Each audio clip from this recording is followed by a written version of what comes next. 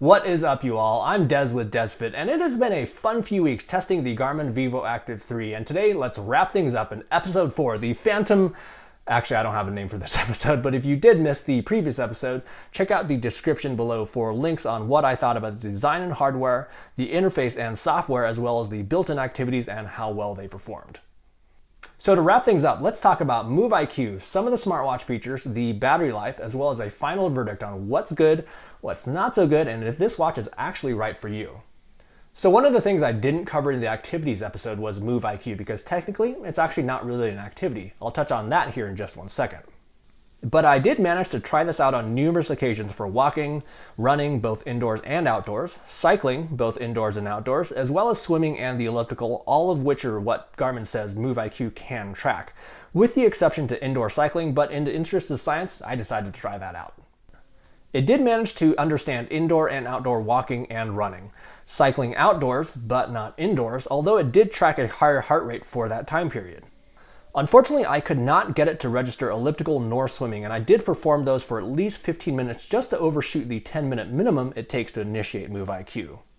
So overall, I think Move IQ is kind of a neat feature, but in my opinion, if you have this level of watch, you probably care about data enough to start an activity and capture data for reals, but maybe I'm wrong. But I do suppose it will work in a pinch if you forget to start an activity. But just note that these will not show up in your activity feed, but only on the day view of the calendar in Garmin Connect. For smartwatch features, notifications worked, although they were pretty basic. For iPhone, these will be one-way messages to the Vivoactive 3, and they work well for getting those status updates, but unfortunately, you can't reply from the watch. I did manage to try out notifications on my friend's Android phone, but I apologize because the footage got mangled, so I don't have any real footage of that. But I will tell you that Android notifications do work, but they are a little bit limited with the canned responses that you can reply with. Music controls are going to be super handy, and I actually did find myself using this quite a bit at the gym as well as home when my phone was paired to a Bluetooth speaker. In my opinion, it's actually a very useful feature. The stock weather widget also works well in giving you a glimpse of the rest of the day as well as an extended outlook. The calendar widget can be a great way to see a glimpse of what you have planned for the rest of the day. And lastly, I wasn't able to test Garmin Pay because it wasn't available at the time of this filming, but I may cover that in an epilogue. Oh wait, is it a prologue? No, an epilogue. It's going to be a log of some sort. For battery life, Garmin pretty much always delivers on battery life, but I was actually a little bit disappointed. Although it's not as advertised, you could probably squeeze almost 6 days out of this thing if you put it in 20% or lower brightness, lock the device when it's not in use, and aren't using GPS during that time period. With a fairly typical GPS usage of maybe 30 to 60 minutes per day, you're probably only going to be getting about 2 to 3 days max. You definitely want to lock the device when it's not in use because the touchscreen is so sensitive that any skin contact will activate it, which could drain the battery life even further.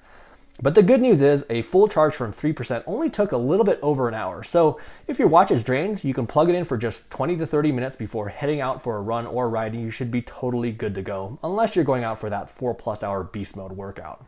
And by the way, you really don't need much more than 30%, as even at 30%, it's very readable in nearly any environment.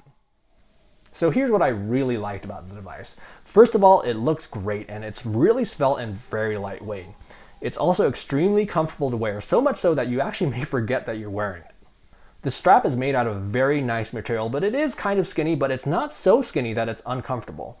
It's a very standard 20mm strap, so you're going to have a multitude of bands to choose from, not only from Garmin, but from third parties as well. The touchscreen and large display, which is the same size as the Fenix 5X, is incredible in sunlight, and the touchscreen works really well, and I actually got so used to it that I occasionally try to touch the screen on my Fenix 5X. Plus, the touchscreen works really well with gloves. The simple one-button interface takes some getting used to, especially if you're coming from physical buttons, but overall it's very intuitive with tooltips scattered throughout to help you learn the device, and it's also dirt simple to use for starting, pausing, and resuming a workout. The software interface is really good and simple to navigate, making it easy to use and easy to customize. Sideswipe is also a really nice addition and gives an alternative to the touchscreen, and by the way, it does work with gloves. Also, the new round display makes it so it's more in line with a Fenix or Forerunner in regards to Connect IQ apps, widgets, and watch faces, so they don't have different layouts from round to square designs. It also does most of the daily stuff really well, like steps, calories, distance, and sleep. In regards to activities, overall I think it did really well at nearly everything, and it comes with what I think is a very comprehensive list of activities to choose from. I thought the GPS and heart rate performance was pretty darn good and totally in line with all my other test devices, and funny enough, I experienced actually a lot less spikes in heart rate than I did with my Fenix 5X. Also, I was super impressed by the tracking of indoor walking and running, and after some calibration with an outdoor run or two, it was pretty much spot on with treadmill distances. Lastly, this may sound kind of like a backhanded compliment, but the software at launch was actually really darn good and didn't suffer from a lot of the firmware issues that the Fenix 5 series did at launch.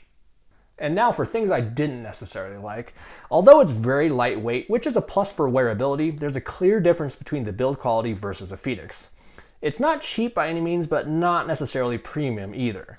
Plus, I was ridiculously careful with it and I still managed to get a small gouge in the silver bezel. Also, the skinny watch band pin worries me if you were to get the watch caught on something, and it's definitely not going to be for larger wrists with a maximum wearable wrist circumference of 204 millimeters. Although I said the silver color was nicer than the photos make it appear, I just don't think it's actually going to be that popular, and I think they should have probably just stuck with the slate and white versions.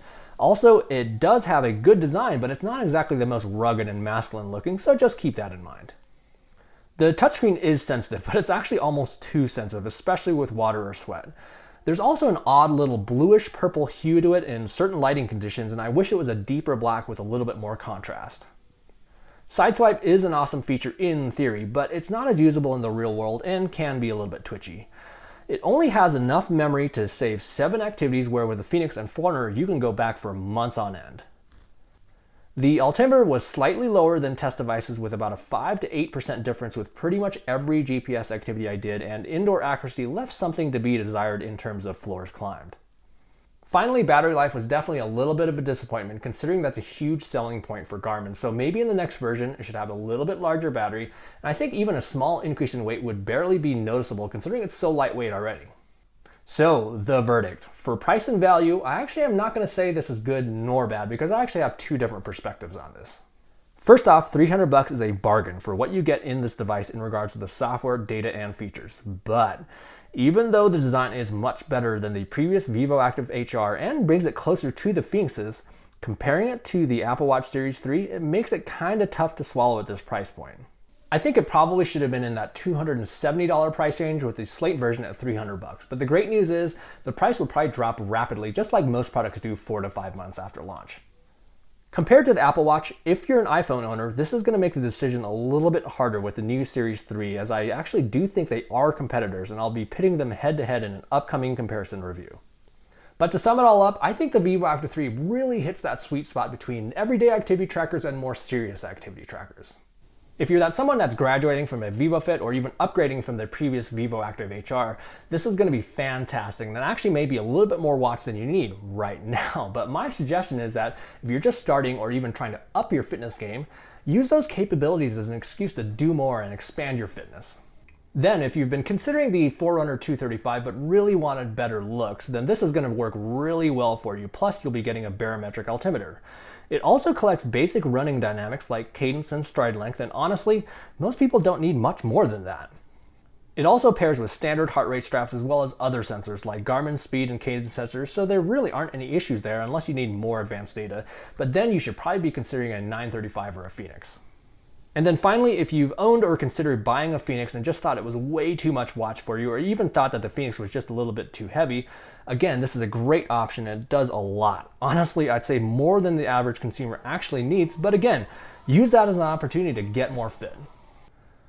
Well, thanks so much for watching this review series. And for those of you interested in how this compares to the Apple Watch Series 3, well, you're in luck because that's coming up really soon. So subscribe to the channel for those videos. Plus, in a couple months, I'll have a review on how this actually does for snow sports. Thanks so much for sticking with me. And if you don't mind, you know what I'm going to say. Please hit that like button below and subscribe to the channel. It really helps me out a ton and I really appreciate it. We'll see you soon.